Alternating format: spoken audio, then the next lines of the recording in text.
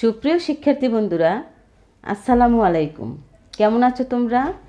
আশা করি তোমরা খুব ভালো আছো। আলহামদুলিল্লাহ, আমিও ভালো আছি। অনলাইন ভিডিও ক্লাসে আবারও তোমাদের স্বাগত জানাচ্ছি। আমি Nargis Akhtar, Mariston preparatory KG school. আজ আমি তোমাদের তৃতীয় শ্রেণীর একটি গণিত ক্লাস নিব। তো শিক্ষার্থী বন্ধুরা, তোমরা প্রাথমিক গণিত বই, ডায়েরি এবং কলম নিয়ে বসছো তো? আচ্ছা, ঠিক আছে। তো গত ক্লাসে আমি তোমাদের কি করিয়েছিলাম সেটা মনে আছে? আমি জানি তোমাদের মনে আছে। হ্যাঁ, সঠিক বলেছ। আমি তোমাদের অধ্যায় চার থেকে একটি যোগ্যতাভিত্তিক অঙ্ক এবং জ্যামিতি অধ্যায় থেকে কিছু সংক্ষিপ্ত প্রশ্ন উত্তর করেছিলাম, তাই না? মনে আছে তো? আচ্ছা, তাহলে আমি যে যোগ্যতাভিত্তিক অঙ্কটা করিয়েছিলাম সেটা কি করিয়েছিলাম? হ্যাঁ, সঠিক বলেছ। সেটা একটা উদ্দীপক লেখা ছিল। ওই উদ্দীপক থেকে বলা ছিল, প্রশ্ন ছিল যে গুণফল নির্ণয়ের সূত্রটি লেখো। মনে আছে তো? আমি জানি তোমাদের সবার মনে হয়ে গেছে, তোমরা এটা ভালোভাবে পারো। গুণফল নির্ণয়ের সূত্রটা হচ্ছে গুণফল সমান সমান গুণ্য গুণ গুণক। তারপরে প্রশ্ন ছিল কি, আরেকটা ছিল যে গুণ্য, উদ্দীপকের গুণ্য কোনটি? তো আমরা গুণ্যটা কিভাবে বের করব? সঠিক বলেছ, গুণ্যটা বের করব যে সংখ্যাকে গুণ করা হয় সেই সংখ্যাটাই হলো কি গুণ্য। সঠিক হয়েছে। এবার আমরা জ্যামিতি অধ্যায় থেকে যে সংক্ষিপ্ত প্রশ্নগুলো পড়েছিলাম সেখান থেকে মিস দু একটা আলোচনা করি। হ্যাঁ, জ্যামিতি শব্দের অর্থ কী? জ্যামিতি শব্দের অর্থ হচ্ছে, সঠিক বলেছ, জ্যামিতির শব্দের অর্থ হচ্ছে ভূমির পরিমাপ।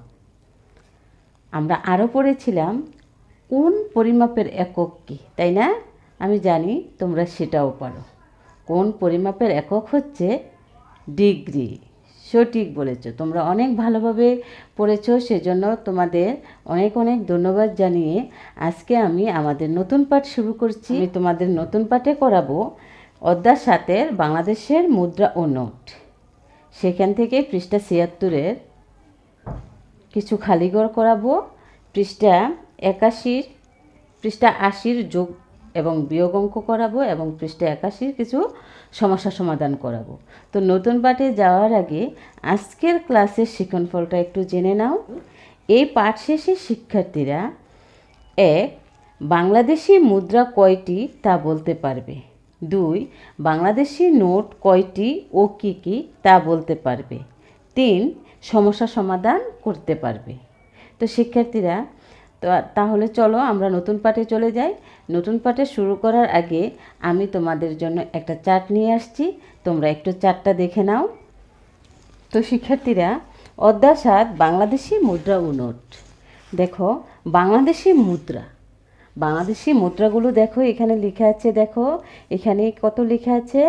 1 পয়সা, এটা হচ্ছে কি 5 পয়সা, এটা হচ্ছে 10 পয়সা, এটা হচ্ছে 25 পয়সা, আর এটা হচ্ছে কি, এটা হচ্ছে 50 পয়সা, এটা হচ্ছে 1 টাকা। 1 টাকাকে আমরা আবারও কি বলতে পারি? 100 পয়সা। 100 পয়সা বা 1 টাকা। এটা হচ্ছে 2 টাকা, এটা হচ্ছে কি, এটা হচ্ছে 5 টাকা। তাহলে এই বাংলাদেশি মুদ্রা কয়টি পেলাম আমরা এখানে? বাংলাদেশি মুদ্রা আমরা এখানে কয়টি পেয়েছি? 8টি। ঠিক আছে শিক্ষার্থীরা? তো এই 100 পয়সা সমান, আমি আবারও বললাম যে 1 টাকা সমান কত? 100 পয়সা। 100 পয়সা 1 টাকা হয়। তাহলে আমরা বাংলাদেশি মুদ্রা কয়টি পেয়েছি? 8টি পেয়েছি। ঠিক আছে শিক্ষার্থীরা?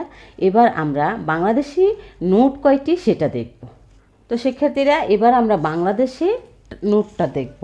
বাংলাদেশি নোটে দেখো প্রথমে কি, এটা হলো 1 টাকা, তারপরে এটা হলো কি 2 টাকা, এটা হলো 5 টাকা, আর এটা হলো 10 টাকা, এটা কি 20 টাকা, এটা হলো 50 টাকা, আর এটা হলো কিসের নোট? 100 টাকার নোট। তারপরে হচ্ছে কি, এটা 500 টাকার নোট, আর এটা হচ্ছে কি 1000 টাকা নোট। তাহলে আমরা বাংলাদেশি নোট কয়টি পেলাম? বাংলাদেশি নোট আমরা কয়টি পেয়েছি? 1 2 3 4 5 6 7 8 9। তাহলে বাংলাদেশি নোট কয়টি? 9টি। এগুলো কিন্তু মনে রাখতে হবে, ঠিক আছে? আর নোট এবং মুদ্রাগুলো তোমাদের চিনতে হবে, দেখে যেন বলতে পারো এটা কত টাকার মুদ্রা, এটা কত পয়সার মুদ্রা এবং এটা কত টাকার নোট, ঠিক আছে? আর বাংলাদেশি মুদ্রা কয়টি বলেছি মিস? 8টি। আর বাংলাদেশি নোট কয়টি? 9টি, ঠিক আছে? তো শিক্ষার্থীরা চলো আজকে অঙ্ক আমরা শুরু করি। আজকে আমি অধ্যার সাথে বাংলাদেশি মুদ্রা ও নোটের পৃষ্ঠা নাম্বার 76 থেকে তোমাদের প্রথমে অঙ্ক শুরু করব, খালিঘর, ঠিক আছে? তো শিক্ষার্থীরা আমি এখন তোমাদের পৃষ্ঠা 76-এর 1 নং সমাধান করো এটা করাচ্ছি। এটা হচ্ছে তোমাদের খালিঘর। 5 নাম্বার খালিঘরে দেখো কি লেখা আছে, 1 টাকার 100টি নোট সমান ড্যাশ টাকা, অর্থাৎ 1 টাকার 100টি নোটে কত টাকা হয়? 1 টাকার 10টি নোটে কত হবে? 10 টাকা। এভাবে 100টি নোটে কত হবে? সঠিক বলেছ, 100 টাকা। কত হবে? 100 টাকা। এবার দেখো 6 নাম্বার, 100 টাকার 10টি নোট সমান কত টাকা? 100 টাকার 10টি নোটে কত টাকা হবে? 100 টাকার 2টি নোটে কত হয়? 200 টাকা। 100 টাকার 3টি নোটে 300 টাকা হয়। তাহলে আমরা কি করতে পারি? এটাকে রাফ করে নিতে পারি, অর্থাৎ 100কে 10 দ্বারা গুণ করে দিলে আমরা কত টাকা হয় বুঝতে পারবো, ঠিক আছে? শূন্য দিয়ে কোনো সংখ্যাকে গুণ করলে কি হয়? শূন্য। 1 0 0 1 0 0 1। তাহলে এটাকে আমরা কি করতে পারি? যোগ করে নিতে পারি। তাহলে কত পেলাম? 1000 টাকা। আমরা এখানে কি পেলাম? 1000 টাকা। 100 টাকার 10টি নোটে কত হয়? 1000 টাকা। এরা 7 নাম্বারে হচ্ছে কি দেখো, 5 টাকার 10টি নোট সমান কত টাকা? তাহলে এতক্ষণ আমরা নোটগুলো দেওয়া ছিল, টাকার সংখ্যাটা বের করেছি। এবার আমাদের কি বলা আছে যে 5 টাকার 100টি নোটে কত টাকা হবে? এটাও আমরা ঠিক টাকার সংখ্যাটাই বের করব। তাহলে 5 টাকার 5টি নোটে কত হয়? 25 টাকা। এভাবে আমরা কিভাবে 5 5-এ 25 গুণ করেছি। এই 5 দিয়ে 100কে এটাও আমরা গুণ করতে পারি। 100 গুণ 5। দেখো 5 0 0 5 0 0 5 1 5। তাহলে কত পেলাম? 500 টাকা। 5 টাকার 100টি নোটে কত হয়? 500 টাকা হয়। এবার দেখো 8 নাম্বারে কি আছে, 20 টাকার 100টি নোট সমান 100 টাকা। 20 টাকার কয়টি নোটে 100 টাকা হয়? ধরো 20 টাকা 20 টাকার 2টি নোটে কত হয়? 40 টাকা। 3টি নোটে কত হবে? 60 টাকা। 4টি নোটে 80 টাকা। 5টি নোটে কত হবে? 100 টাকা, ঠিক আছে? এই যে এটাই বলেছে যে 20 টাকার 100টি নোট সমান 100 টাকা, অর্থাৎ 20 টাকার কয়টা নোটে 100 টাকা হয়? কয়টি নোটে? 5টি, ঠিক আছে? এবার 9 নাম্বার অঙ্কটা আমরা করছি। দেখো 100 টাকার 100টি নোট সমান 500 টাকা, অর্থাৎ 100 টাকার কয়টা নোট দিলেই 500 টাকা হয়? এটা অনেক সহজ। 100 টাকার 2টা নোটে কত? 200। এভাবে আমরা তাহলে 5টি নোটে কত হবে? 500, ঠিক আছে? শূন্য খালি করে কি হবে? 5টি নোটে, ঠিক আছে? শিক্ষার্থীরা আমি আশা করি তোমরা এটা বুঝতে পেরেছো। এবার আমরা পৃষ্ঠা নাম্বার 80-তে চলে যাই। পৃষ্ঠা 80-তে আমি কিছু তোমাদের যোগ ও বিয়োগ অঙ্ক করাবো। তো শিক্ষার্থীরা আমরা পৃষ্ঠা 80 এই 2 নং নিচের হিসাবগুলো করো, এই অঙ্কগুলো করছি। তো দেখো এখানে 1 নম্বরে কি আছে, 30 টাকা 10 পয়সা যোগ 40 টাকা 80 পয়সা। এটা আমরা কি করব? সাধারণত যেভাবে যোগ করেছি আমরা অধ্যায় 2 থেকে, ঠিক তেমনি আমরা এটা আবার রাফ, এই পাশাপাশি যোগটাকে আমরা রাফ করে নিচ্ছি। দেখো আমরা ঠিক ডান পাশ থেকে এটা যোগ করব। দেখো 0 0 8-এর সাথে 1 মিলালে কত হয়? 9। তাহলে আমরা কত পেলাম? 90 পয়সা। তারপরে এখন আমরা টাকাটা দেখব, টাকার সংখ্যাটা। এখন দেখো এখানে আছে উপরে 0 নিচেও 0, তাহলে এর নিচে 0 বসলো। 3-এর সাথে 4 যোগ করলে কত হলো? 7। তাহলে আমরা কি পেলাম? 70 টাকা 90 পয়সা। তাহলে এটা আমরা উত্তর লিখে ফেলব। উত্তর 70 টাকা 90 পয়সা। ঠিক আছে শিক্ষার্থীরা, এবার আমি 2 নং অঙ্ক করব।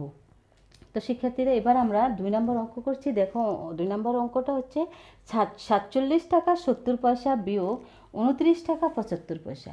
এটাও এই পাশাপাশি অঙ্কটাও আমরা রাখ করে নিচ্ছি। দেখো এখানে আমরা ওপর নিচ করে নিলাম।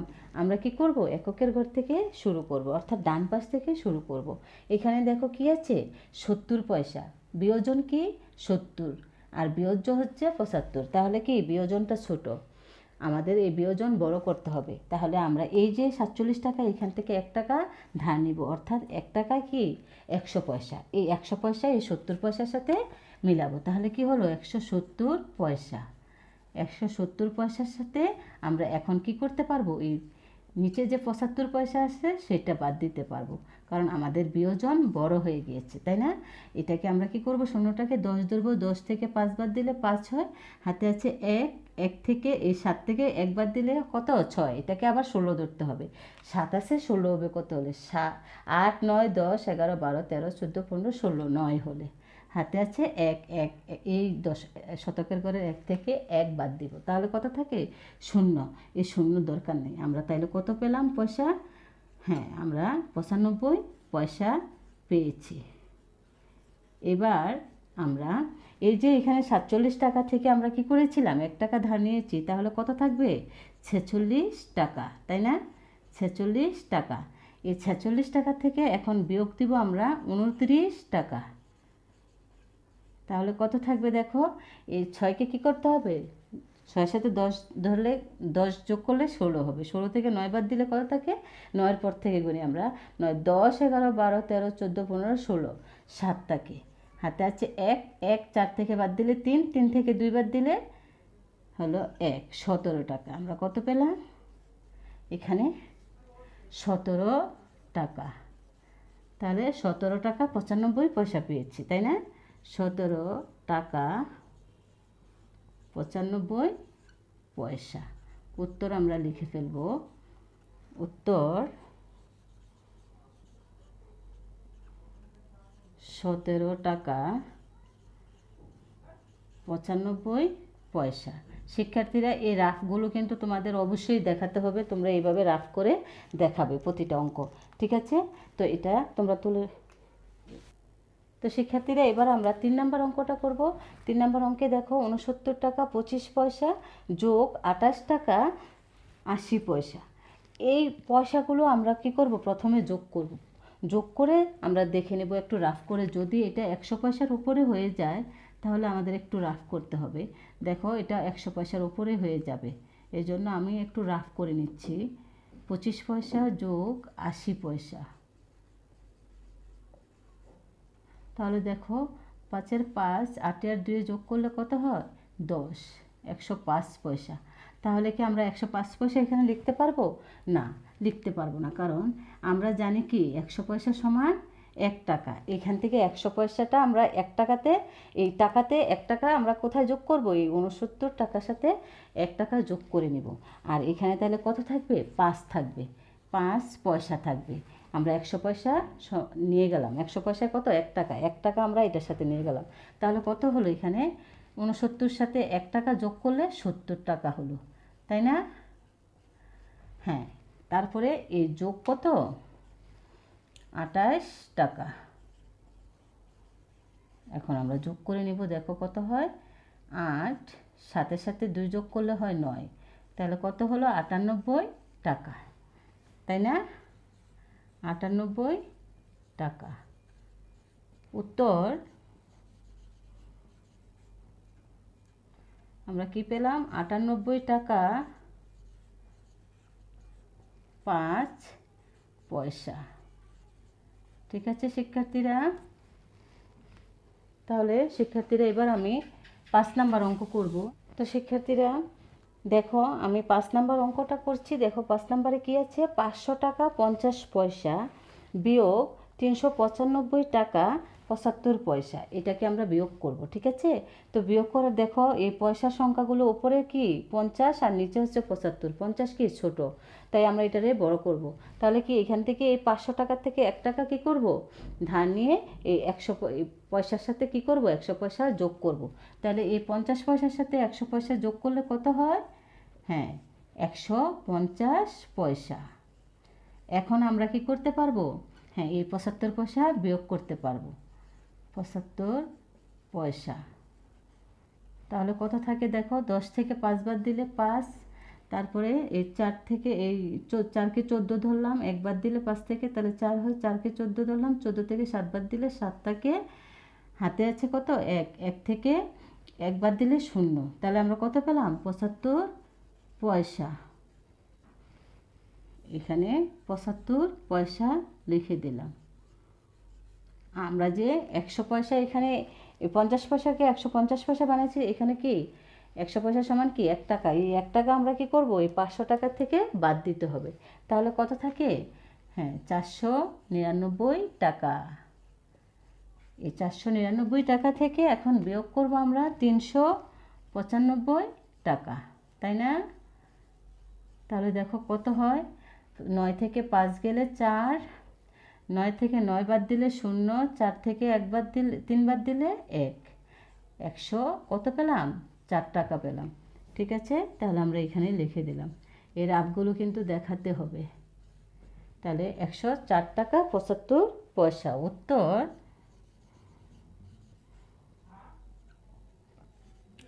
104 টাকা 75 পয়সা। তো শিক্ষার্থীরা, আমি আশা করি তোমরা এই অঙ্কগুলো বুঝতে পেরেছো। এবার আমরা তোমাদের করাবো আমি তোমাদের করাবো 81 পেজের কিছু সমস্যা সমাধানটা। 2টি খাতার মূল্য 60 টাকা এবং একটি কলমের মূল্য 45 টাকা 60 পয়সা। বিজয় দোকানদারকে এই জিনিসগুলোর জন্য 500 টাকার একটি নোট দেয়। দোকানদার বিজয়কে কত টাকা ফেরত দেবে? তুমি যদি দোকানে গিয়ে 20 টাকার খাতা, 10 টাকার কলম কিনো আর 50 টাকার নোট দোকানদারকে দাও, তাহলে দোকানদারকে তোমাকে কিছু দিবে? হ্যাঁ দিবে, কারণ তুমি কি করেছো, কিনেছো কম টাকার আর নোট দিয়েছো কি বেশি টাকার, তাই না? তো তুমি যে জিনিসগুলো কিনেছো সেই জিনিসগুলো কত টাকার এটা আগে দেখতে হবে।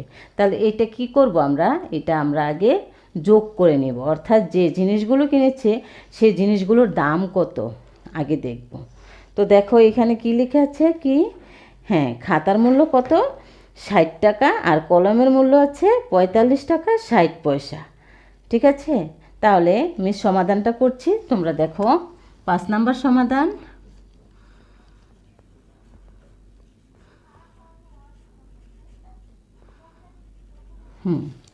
খাতার মূল্য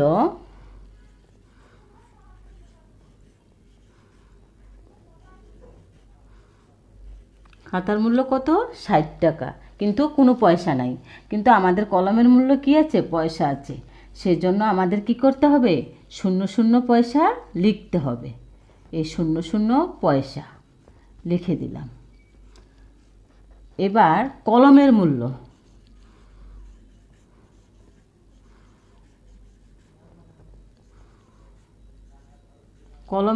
কত? কলমের মূল্য বলেছে 45 টাকা 60 পয়সা। তাহলে কলমের মূল্য হচ্ছে 45 টাকা 60 পয়সা। ঠিক আছে, হ্যাঁ এটাকে আমরা কি করতে হবে, আমাদের যোগ করতে হবে। যোগের সময় তো উপরের সংখ্যার কোনো সমস্যা নেই, তাহলে উপরে 0 আছে, নিচে 0, 0 0, তারপরে উপরে আছে দশকের ঘরে 0, নিচে আছে 6, তাহলে 0-র সাথে 6 মিলালে কি হয়, 6 হয়। তাহলে আমরা কত পেলাম, 60 পয়সা। এবার আমরা টাকাটা দেখব, টাকা কত বের হয়। 5-এ 5, 0-র সাথে 5 মিলালে 5 হয়, আর 6-এর সাথে 4 মিলালে কত হয়, 10 হয়। তাহলে কত হলো, 105 টাকা 60 পয়সা। অর্থাৎ খাতা ও কলমের মূল্য কত, মোট 105 টাকা 60 পয়সা। খাতা ও কলমের মূল্য 105 টাকা 60 পয়সা। তাহলে সে দোকানদারকে বিজয় কি করেছে, দোকানদারকে একটি 500 টাকার নোট দিয়েছে, তাই না? তাহলে দোকানদার তাকে কত টাকা ফেরত দেবে? কোনো কিছু ফেরত চাইলে কি করতে হয়? বিয়োগ করতে হয়। কি করতে হয়? বিয়োগ করতে হয়, এটা মনে রাখবে। তাহলে আমরা কি লিখতে পারি? এখানে যেহেতু 105 টাকা 60 পয়সা থেকে 500 টাকা বেশি না, তাহলে দোকানদারকে সে কত টাকা দিয়েছে? 500 টাকা, এটা আগে লিখতে হবে। তাকে দোকানদারকে দিল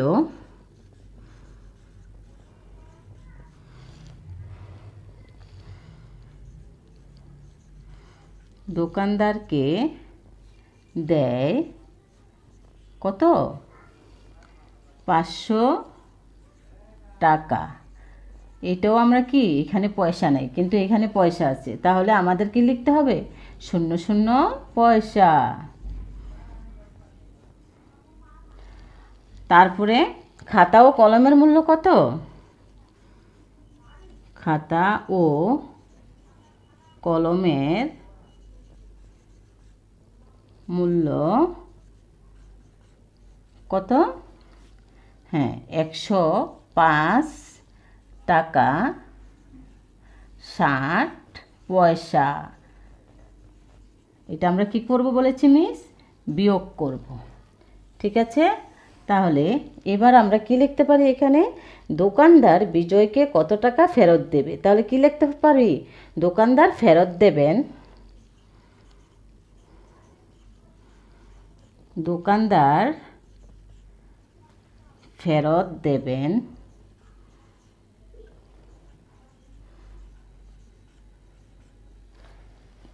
আমরা কি করব? এখান থেকে 1 টাকা অর্থাৎ 100 পয়সা ধার নিব, এই পয়সার সাথে মিলাবো। 00 পয়সার সাথে 100 পয়সা মিলালে কি হয়? 100 পয়সা।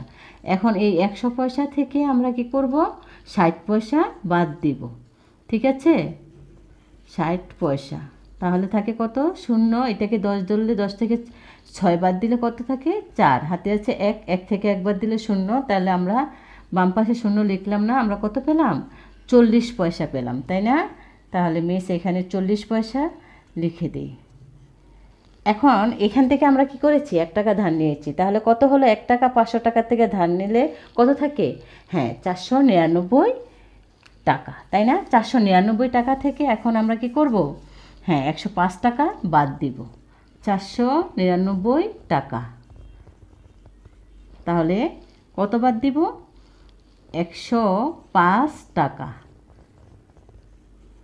তাহলে কত থাকে? 9 থেকে 5 বাদ দিলে কত থাকে? 4। তারপরে আবার 9 থেকে 0 বাদ দিলে 9 থাকে, 4 থেকে 1 বাদ দিলে 3 থাকে। তাহলে আমরা কত পেলাম? 394 টাকা। 394 টাকা। তাহলে উত্তর লিখে ফেলে শিক্ষার্থীরা। হ্যাঁ, উত্তর হলো 394 টাকা 40 পয়সা। ঠিক আছে শিক্ষার্থীরা, এবার আমরা 7 নাম্বার সমাধান করব। মিস 7 নাম্বার প্রশ্নটা পড়ছি, তোমরা সবাই খেয়াল করো। 7 নাম্বার প্রশ্নটা দেখো। মিতুর 115 টাকা 50 পয়সা ছিল, তার বাবা তাকে 75 টাকা 25 পয়সা দিলেন, তার কত টাকা হলো? ধরো তোমার কাছে 50 টাকা আছে, তোমার বাবা আরও তোমাকে 50 টাকা দিয়েছে, তাহলে তোমার কি বেশি হবে না কম হবে? সঠিক বলেছো, বেশি হবে। তাহলে তোমার কি হলো? হ্যাঁ, এটাকে কি করতে হবে? বেশি হলে যোগ করতে হবে। ছিল মিতুর ছিল কত টাকা? হ্যাঁ, 115 টাকা। 115 টাকা কত পয়সা? 50 পয়সা।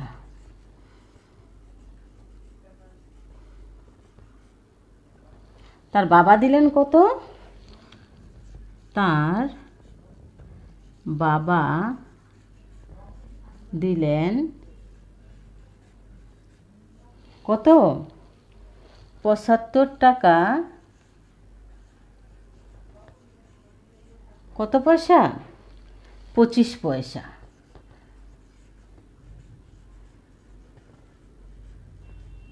তাহলে মিতুর কত টাকা, তাই না?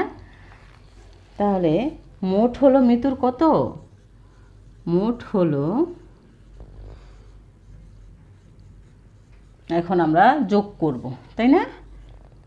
যোগ। তাহলে 0 সাথে 5 মিলালে কি হয়? 5। আর তারপরে দেখো দশকের ঘরে আছে 5, 5-এর সাথে 2 মেলালে কি হয় 7। কত পয়সা বের হলো 75 পয়সা। ঠিক আছে, এবার আমরা টাকাটা দেখব। টাকাটা যোগ করব। 5-এর সাথে 5 মিলালে কি হয় 10, 10-এ 0, হাতে আছে 1, 1-এর সাথে আমরা 1 মিলাবো দশকের ঘরে, তাহলে 2 হলো, 2-এর সাথে আমরা 7 মিলাবো, তাহলে কত হয় 9। তারপরে দেখো শতকের ঘরে আছে 1, নিচে কোনো সংখ্যা নাই, তাহলে 1-এর 1 নেমে গেল, তাহলে কত হলো তার মোট 190 টাকা 75 পয়সা। উত্তর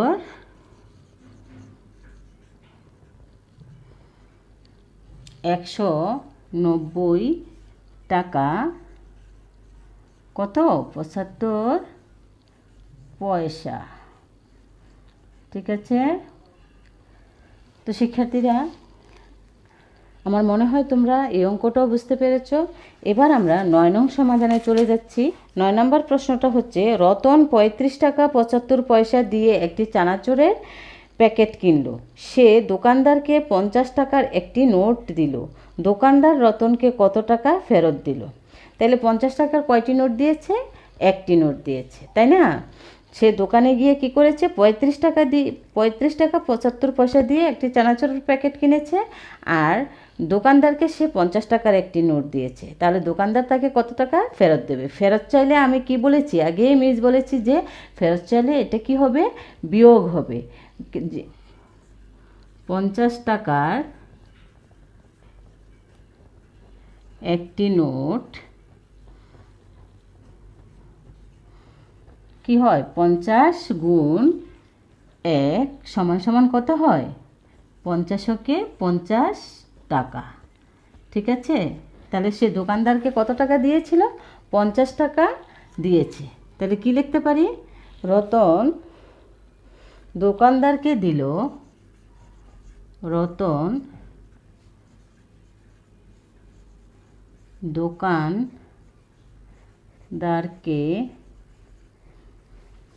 দিল কত 50 টাকা, কিন্তু কি পয়সা আছে নো, কিন্তু সে যে চানাচুরের প্যাকেট কিনেছে সেটার মধ্যে পয়সা আছে, এই জন্য আমাদের এটাতে কী করতে হবে 0 পয়সা লিখতে হবে। ঠিক আছে, তাহলে চানাচুরের প্যাকেট কিনলো, চানাচুর কিনলো কত টাকার? হ্যাঁ 35 টাকা কত 75 পয়সা। তাহলে আমরা এটাকে কি করব, বিয়োগ করব, তাই না? দোকানদার রতনকে কত টাকা ফেরত দিল, তাহলে আমরা কি লিখব, দোকানদার ফেরত দিল, আমরা এখানে লিখব দোকানদার ফেরত দিল। এখন আমরা বিয়োগ করব। এই যে দেখো এটা হলো কি বিয়োজন, উপরের সংখ্যাটা বিয়োজন কি ছোট, তাহলে আমাদের কি করতে হবে 1 টাকা দান নিতে হবে। 1 টাকায় কত পয়সা 100 পয়সা, এই পয়সার সাথে পয়সায় যোগ করতে হবে, তাইলে 0 পয়সার সাথে 100 পয়সা যোগ করলে কত হয়, হ্যাঁ 100 পয়সা। তাহলে আমরা এখানে রাফটা করে নিই, 100 পয়সা থেকে আমরা কি করব 75 পয়সা বাদ দিব, এই 75 পয়সা বাদ দিব, তাহলে আমাদের কত পয়সা থাকে দেখো, এই 10 থেকে 5 বাদ দিলে 5, হাতে আছে কত 1, এটাকে আবার 10 ধরলাম, হাতের 1 থেকে 10 থেকে হাতের 1 বাদ দিলে কত থাকে 9, 9 থেকে এই 7 বাদ দিলে কত থাকে, 7-এর পর থেকে 9 পর্যন্ত কোনো 7, 8, 9 কত 2, হাতে আছে 1, 1 থেকে 1 বাদ দিলে 0, বাম পাশে 0 দরকার নাই, তাহলে আমরা কত পেলাম 25 পয়সা। এখানে আমরা লিখে দিলাম 25 পয়সা। দেখো এখন আমরা কি 100 পয়সা কি করেছি, এখান থেকে 1 টাকা, এই টাকা 50 টাকা থেকে 1 টাকা ধার নিয়ে 100 পয়সার সাথে আমরা এই 0 পয়সার সাথে 100 পয়সা যোগ করেছি, তাহলে আমাদের কি করতে হবে, এই 1 টাকা এই 50 পয়সা থেকে বাদ দিতে হবে, তাহলে কত থাকে 49 টাকা। 50 টাকা থেকে 100 টাকা 1 টাকা বাদ দিলে কত থাকে 49 টাকা। এই ৪৯ টাকা থেকে আমরা কি করব, ৩৫ টাকা বাদ দিব। তাহলে কত থাকে দেখো, ৯ থেকে ৫ বাদ দিলে ৪ থাকে, তারপরে ৪ থেকে ৩ বাদ দিলে ১ থাকে। তাহলে কত বের হলো, ১৪ টাকা। কত বের হলো, ১৪ টাকা।